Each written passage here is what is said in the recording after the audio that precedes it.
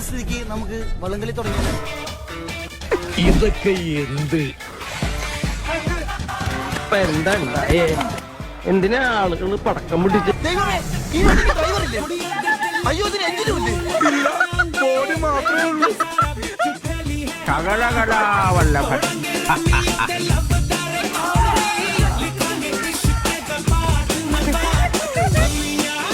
അതെ, എന്താ ഇവിടെ കിടക്കണേ? ഞാൻ എന്താണ് ഇങ്ങനെ ആയിപ്പോയത്? താൻ ചിന്തിച്ചിട്ടുണ്ടാവും.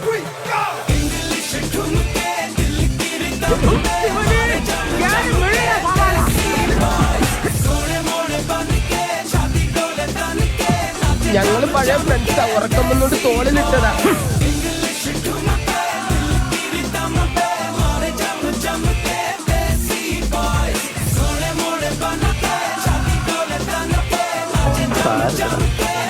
നീ എവിടെ പരിപാടി അവതരിപ്പിച്ചാലും ഇത് തന്നെയാണല്ലോ അതിന്റെ വിധി.